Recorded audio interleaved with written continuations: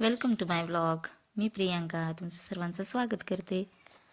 तर हा माझा व्लॉग आहे संक्रांतीचा. काही कारणास्तव आम्हाला संक्रांती दिवशी ओवासायचं नव्हतं, म्हणून आम्ही रथसप्तमी दिवशी ओवासलं होतं. तर आदल्या दिवशी आम्ही भोगी पण साजरी केली होती. तर भोगी दिवशी आपल्याकडे सर्वांच्याच घरी खेंगट आणि बाजरीची भाकरी तीळ लावून असते. तो नैवेद्य हा देवाला दाखवायचा असतो.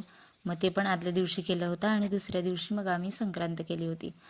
आणि संक्रांतीचं सर्व पूजन करून घेते मी इथं. माझ्या सासूबाईंच्या 5 आणि माझ्या 5 अशा 10 संक्रांती होत्या आमच्या. संक्रांतीचं पूजन केलं, देवाची देवपूजा केली आणि मग नंतर बालाजी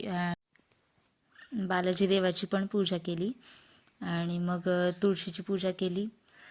तोपर्यंत सर्व लेडीज यांना बोलवलं होतं, कारण 5 लेडीजनी तो वौसा द्यायचा असतो आपल्या पदरामध्ये, म्हणून मग सर्व लेडीजला बोलवलं होतं. तर संक्रांतीचं थोडक्यात तुम्हाला महत्त्व सांगते मी काय असते. जेव्हा सूर्य धनुराशीतून मकर राशीत प्रवेश करतो तेव्हा त्या दिवसाला संक्रांत म्हणतात.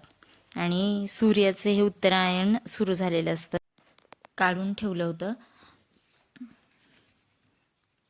तर ह्या माझ्या सर्व चुलत सासवा वगैरेच आहेत. 2-2 पानांवरती सर्व सामान ठेवलेलं आहे. 25 वौसा आहे माझा. तर हळदी कुंकू, खोबरं, हळकुंड, वेलची, खोबरं आणि खारीक असं सर्व काही 5-5 असं करून ठेवलेलं. तर तो विडा प्रत्येकीने येऊन माझ्या पदरामध्ये द्यायचा असतो. उखाणा वगैरे घेऊन, देणाऱ्याने आणि घेणाऱ्याने दोघांनी उखाणा घ्यायचा असतो. तर असं उखाणा वगैरे घेऊन व्यवस्थित सण साजरा केला.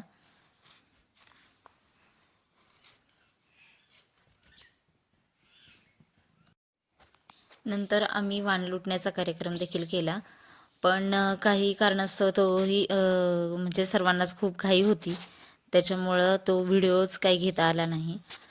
तर ह्या आहेत माझ्या सासूबाई, त्या वौसा देत आहेत. आणि त्याच्यानंतर चौघींनी वौसा देऊन झाल्यानंतर प्रिशाला देखील वौसा देण्यासाठी सांगितलं होतं, कारण दुपारच्या वेळेला असं लेडीज जास्त घरी नसतात, त्याच्यामुळं 4घीच जणी आल्या होत्या. मग प्रिशाला देखील सांगितलं की वौसा पदरात दे म्हणून. प्रिशाने पण तसंच केलं. तर तुमच्याकडं हे असं वौसा वगैरे देण्याची पद्धत आहे का? कारण प्रत्येक ठिकाणी वेगवेगळ्या पद्धतीने सण साजरा केला जातो. तर आमच्या इकडं असं वौसा वगैरे घेण्याची पद्धत असते. तर तुम्ही कुठून आहात आणि तुमच्याकडे अशी पद्धत आहे का, हे मला कमेंट करून नक्की सांगा. इथं मी सर्वांना हळदी कुंकू लावून घेते पुन्हा एकदा.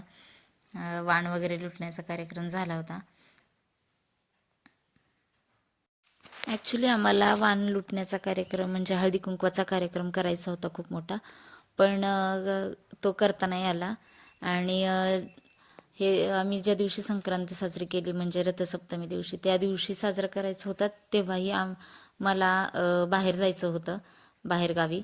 त्याच्यामुळं त्या दिवशी देखील आम्ही करू नाही शकलो, कारण मला देखील बाहेरगावी जायचं होतं. मग हे माझ्या ज्या सासवा आल्या होत्या त्यांनाच ते वाण वगैरे दिलं.